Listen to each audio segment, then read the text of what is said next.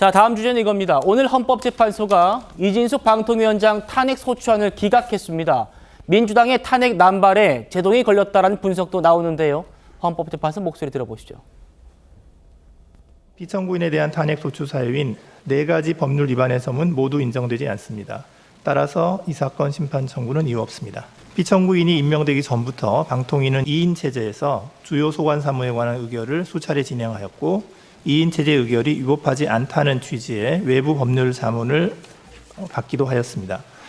국회의 방통위 추천 및 대통령의 임명이 장기간 지연되어 방통위의 기능 마비와 그에 따른 피해가 우려되는 상황이었고 피청구인이 개인적인 이익을 추구하거나 불법적인 목적을 실현하고자 하였다고 볼 만한 사정도 없습니다.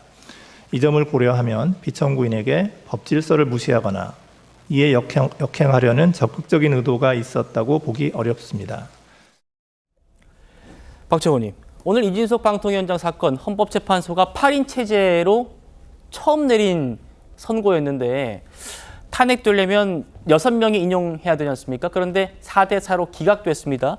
여기서 좀 핵심적으로 좀 짚어볼 부분이 여기입니다.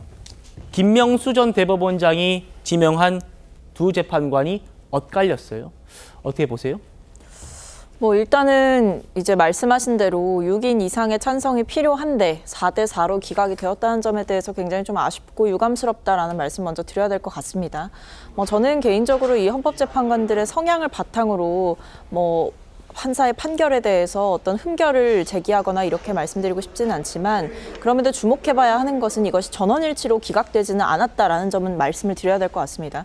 그리고 실제로 이 인용을 주장했던 이 4명의 재판관 같은 경우에는 이 방통위 자체가 합의제, 5인의 합의제 기구이기 때문에 2인 체제에서 이뤄지는 의결은 위법하고 그리고 사실은 이 5인 체제의 합의체 기구의 성격에 맞지 않는 방식의 운영이다라는 점을 분명히 지적했기 때문에 이 이진숙 방통위원장의 행위가 모두 다 적법했다. 이렇게 판단한 것은 아닌 걸로 보이고요. 다만 그럼에도 이 헌재 재판관들 사이에서 의견이 갈렸던 이유는 이것이 파면에 이를 정도의 중대성을 인정받았느냐 이 부분에서 갈린 것이기 때문에 그 부분에 대해서는 헌재 판결의 결과를 존중하는 수밖에 없겠지만 굉장히 아마 이 국회 측에서도 그렇고 아쉬움이 많이 남지 않을까 싶습니다. 알겠습니다. 탄핵 소추 174일 만에 업무에 복귀한 이진숙 위원장의 목소리 들어보시겠습니다.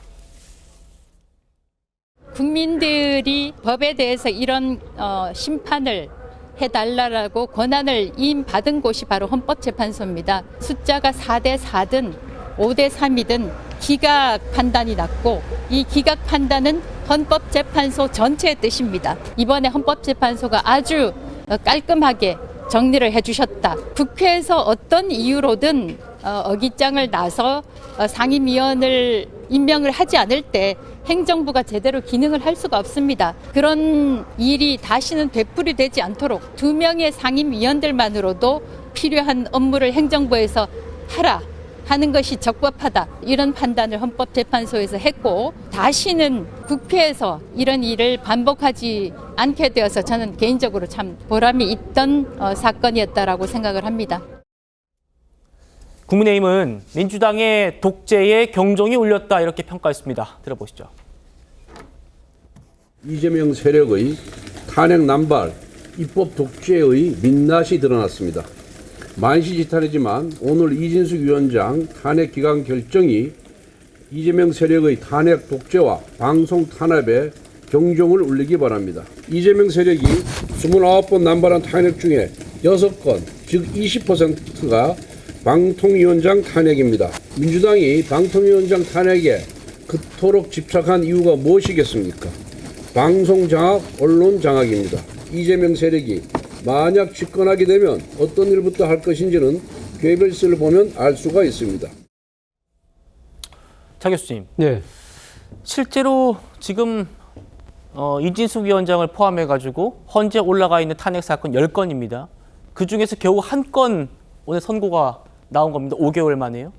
어떻게 판단하십니까? 앞으로 9건 남았습니다. 제가 이전에 민주당에서 사실 그러니까 이 12.3 비상계엄 이전에 탄핵을 추진할 때 했던 발언이 그겁니다. 견문 발금이라고 그랬잖아요. 모기를 잡는데 칼을 빼들었다고 제가 비판을 했습니다만 그 당연한 결과가 오늘 나온 것이 아닐까라는 생각이 듭니다. 제가 생각했을 때는 방통위가 2인 체제로 운영되는 것 자체는 저는 상당히 문제가 많다는 생각을 갖고 있습니다. 예. 이것은 이제 사실 독임제 기관이 아니고 합의제 기관이잖아요. 그렇다고 한다면 그러한 부분들을 그러니까 지금 이 합의제 형태를 형이화시켜서 이 권력의 뜻에 맞도록 그렇게 방송을 여러 가지 정책들을 밀고 가는 것처럼 방송장악처럼 보이는 건 분명한 부분이 있는 것이고요. 그런데 왜 방송위원이 임명되지 못했느냐 부분에 대해서 여야 모두 저는 책임이 있다는 생각이 분명히 있고요. 그럼에도 불구하고 민주당이 그 문제를 가지고 방통위원장 그리고 임명이 된 지 뭐 불과 한 이틀 만인가 그 탄핵을 했잖아요. 그런 부분들에 있어서 과연 이것이 적법한 절차일까에 대해서 저는 뭐 계속적으로 비판을 해왔던 입장이기 때문에 오늘 이렇게 놓은 것은 당연하다는 생각이 들고 아마 나머지 다른 분들 저는 한덕수 총리나 윤 대통령의 경우는 12.3 비상계엄이니까 그건 좀 별개의 문제고 그 이전에 했던 탄핵 재판들도 거의 비슷한 결과가 나오지 않을까 이런 부분들에 대해서는 아마 다음 선거에서 유권자들이 민주당의 정치 행위에 대한 나름대로의 판단 기준을 갖고 투표를 하시지 않을까 하는 생각이 듭니다. 예.